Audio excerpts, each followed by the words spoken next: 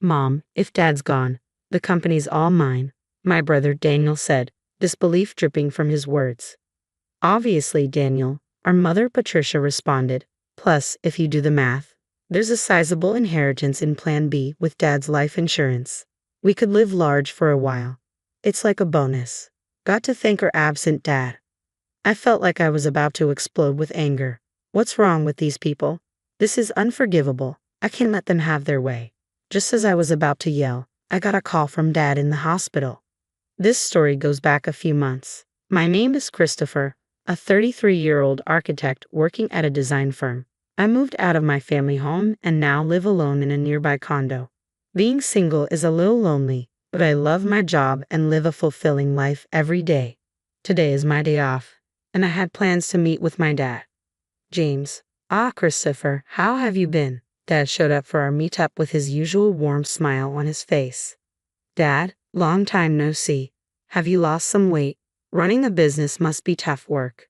Keeps me busy, but I'm doing well. Let's get going. I occasionally meet up with my dad like this to catch up over a meal. Today, Dad invited me to join him for some volunteer work. We went to a small children's care facility on the outskirts of town.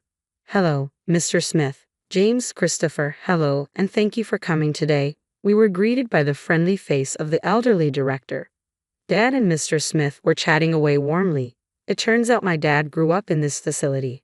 After leaving, he put himself through college and started his own architecture firm. Even without any relatives to rely on, he made it on his own, and I've always admired him for that.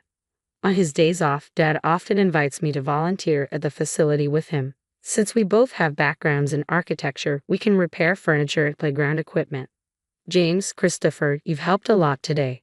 After finishing our repairs on beds, chairs, and swings, Mr. Smith thanked us as we were leaving. I felt good about making a difference, and for Dad, visiting Mr. Smith, who's like a father to him, must be important too. As we walked side by side pondering where to grab a bite, a sleek black luxury car pulled up next to us. The window rolled down, and out popped Mom, driving the car with my brother Daniel. Well, look who it is. Back from the care facility again, are we? Mom said. It's embarrassing to have a dad without parents. Can we stop this already? Mom, let's go, my brother spoke, chomping on his gum. I wanted to retort that he was the one who should be embarrassed, being an adult with no stable job and dyed hair, but I held back. No point in saying anything to these people. It would be a waste. Daniel and I are going to dinner. You two can grab some fast food and don't forget to fold the laundry, all right? Understood, Patricia, Dad responded, and without another word, Mom rolled up the car window, and they drove off. Dad and I just watched them go, saying nothing. Mom and my brother looked down on Dad, belittling him at every turn. Honestly, Mom might be beautiful on the outside, but that's about it. The reason they can do all this is that they're basically living off Dad's income. They've been trash-talking him for as long as I can remember, saying he's a deadbeat from an orphanage with no ambition or excitement in his life. They probably only see Dad as a wallet that listens to their every demand. What's worse, my brother Daniel eats all of this up and joins in on making fun of Dad. Our family has 2 kids, but Mom has always lavished her love only on Daniel. She's pretty much ignored me, giving Daniel whatever he wants whenever he wants. Thanks to that, Daniel still clings to Mom like a child even in his 30s. He still calls her mommy and lets her dictate even what he wears and eats. When I heard that Mom accompanied him to every driving lesson, I was floored. Dad, isn't it hard living with those 2? I asked my dad that question.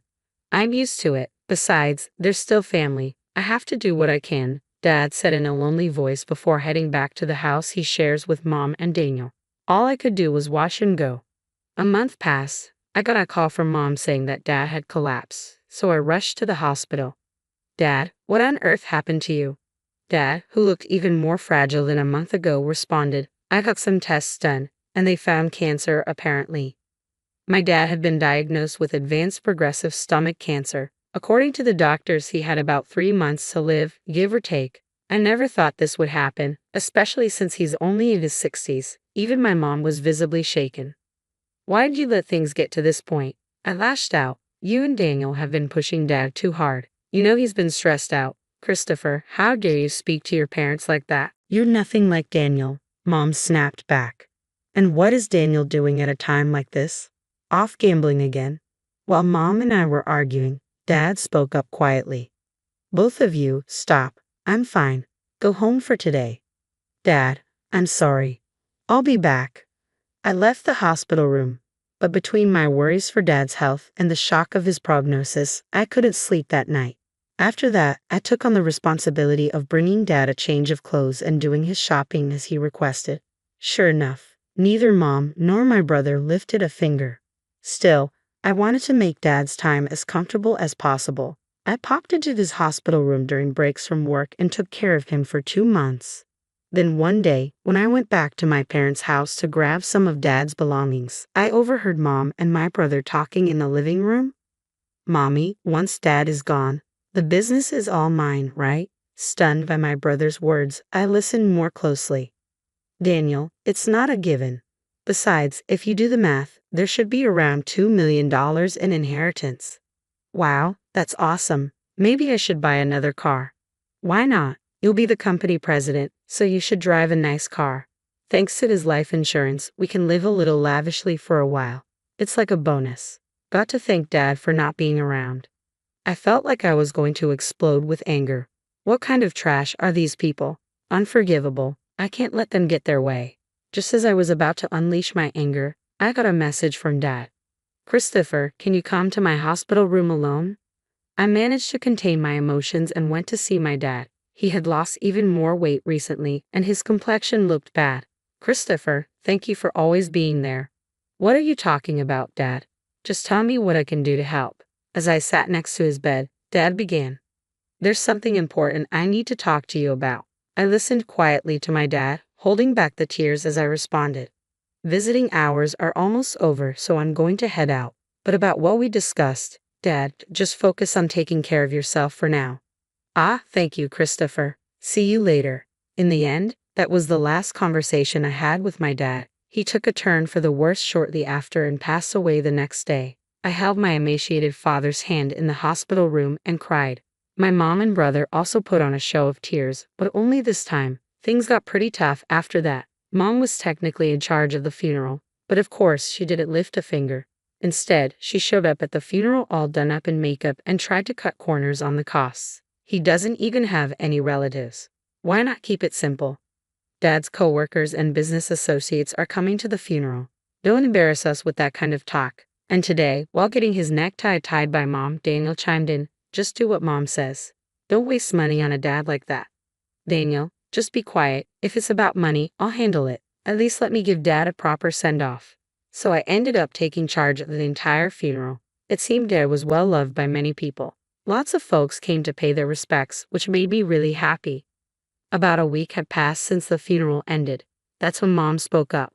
Now that we are a family of 3, we finally got that person out of the picture. Now the $2 million inheritance is all ours, right, Daniel? And Dad's company too. Man, I'm finally going to be the boss. Listen up, Christopher, you better give up your share. Got it? Just after the funeral had ended, they were already talking about this stuff. Annoyed, I replied, Dad had already arranged all the inheritance matters with the lawyer. I have the contact details. What? Why didn't you say that sooner? Call the lawyer right now.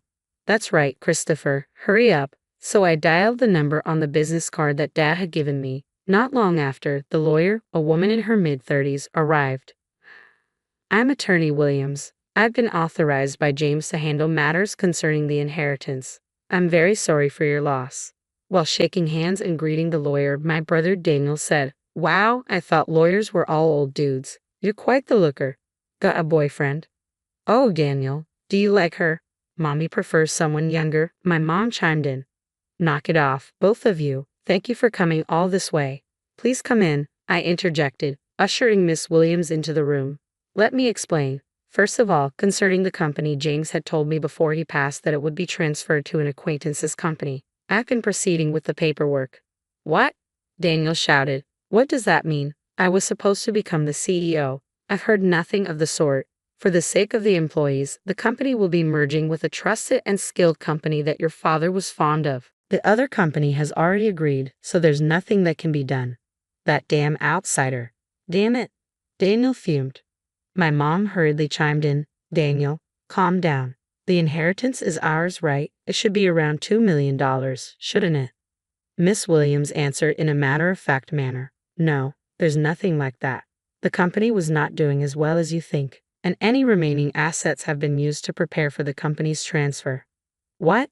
What about our money? There should be $2 million coming in, Daniel exclaimed. Mommy, what's going on? Patricia has received a substantial life insurance payout. She has left a will expressing the desire to gift that money. What are you talking about?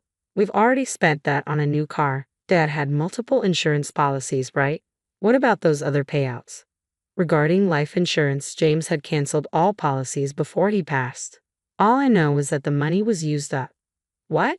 Where did all the money go before he died? Damn it. Was he planning to leave us without a dime? Daniel shouted. I watched Miss Williams leave as my mom and brother lost their composure. As she left, she said, It's tough, isn't it? All I could do was give her a smile in return. I looked up at the night sky, recalling the last conversation I had with my father. While walking, I remembered, Christopher, would you take over the company if I die? There might not be much in assets, but I should be able to leave you at least the insurance money. There should be enough of that. Dad, you were the only one in the family who was kind to me. I wanted to leave something for you at least. Dad, I respect you for building the company from scratch with your own hard work. I want to make it on my own too. I don't need the company or the insurance money, but if there's any inheritance left, I want you to use it as you wish. I'll help in any way I can. Christopher, thank you. Thank you. Walking along, I realized I had arrived at the facility. Despite it being night, Mr. Smith was in the yard. When he saw me, he ran over in tears. Christopher James passed away so suddenly. He told me not to come to the funeral. But actually, Mr. Smith, my dad was grateful for both you and the facility. I just found out too, a little while ago, James made a large donation to the facility. A really large one. Now we can buy the things the kids need. We might even be able to renovate. Thank you, but I wish James could have lived. I wish he could have been happy. While comforting a tearful Mr. Smith, I found myself crying too. Looking up at the starry sky, I whispered in my heart, Dad, you did it. You really did it. A few months later, I occasionally met with Miss Williams to handle the intricate legalities of transferring the company and settling the estate. This was to be my last meeting with Miss Williams. After expressing my gratitude for her support, Miss Williams offered her condolences once more, comforting me in a considerate manner. As I was seeing off Miss Williams, I thought about how I might never see her beautiful face again. She was such a kind and gracious person. Just then, as I was waving goodbye, a familiar car pulled up beside Miss Williams and out jumped my brother, wielding a metal bat. Ah hey, what the heck are you doing? I yelled and quickly tackled my brother. Shut up. Let go of me. His face turned red as I held him down to the ground. He was struggling. Were you trying to attack Miss Williams? What's going on? What's going on? Because of her, I didn't get the company or the money. It's her fault. Damn it. That's ridiculous. This isn't Miss Williams' fault. I had thought he was foolish, but this was beyond anything I'd expected. While shielding a trembling Miss Williams, I called the police. Inside my brother's car, not just a bat, but also a rope and a stun gun were found. Clear weapons. He was swiftly arrested. When our mother found out, she fumed. You'd send Daniel to jail? Your own family. How heartless. I replied calmly, I no longer consider you or him family. My only family was my late dad. I'm cutting ties with both of you. Mom was still ranting, but I ignored her and cooperated fully with the police investigation. I later found out that my brother had also been repeatedly harassing Miss Williams online, making vulgar comments and slandering her. Threats had even been made, and the police were in the process of identifying him. My brother was sentenced to jail for his attempted attack on Miss Williams. She also sued him in civil court for defamation, and he was ordered to pay damages too. Please take every penny he has if that'll make him reflect on his actions. I'm truly sorry for all this. Upon my apology, Miss Williams gave a faint smile and said, I'll do just that. Thank you for saving me from a dangerous situation. From now on, I hope you at least find happiness, Christopher. Several months later, when spring arrived, I found myself at Sakura Garden. Today it wasn't for volunteering. It was a business meeting. Thanks to the funding from my father's donation, the aging facility was planning a renovation. Mr. Smith had approached me for the architectural design. I initially declined, citing my experience, but Mr. Smith was unyielding. James always proudly said Christopher will become an exceptional architect. He's already surpassed me. We can do this because of James. I'd really like for you to take on this project, Christopher. With sentiments like that, how could I say no? I want to create a wonderful building that brings even a small amount of happiness to the kids and Mr. Smith. I'm sure my dad would have been proud of that. As for my brother, well, he hasn't changed even after his sentencing. Actually, he's become even more irresponsible. Though he avoided jail due to probation, he still begs our mom for money daily, starts drinking in the afternoon, and gambles away what he borrows. My mom is being pushed around by my brother every day. The large house we lived in, thanks to my dad, along with the car bought with insurance money, were sold to pay for Miss Williams' compensation and my brother's bail. Now it seems they live together in an old apartment. A friend told me she's lost her beauty and looks more like an old woman now. She brought this upon herself, but I hope she at least reflects on how she treated my dad poorly before he passed away and raised my brother to be such a mess.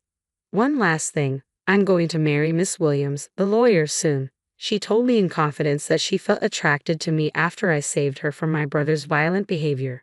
She's a bit on the serious side, but I really love her for her kindness and dependability. From here on, I aim to work hard and be like my dad, building a warm and loving home.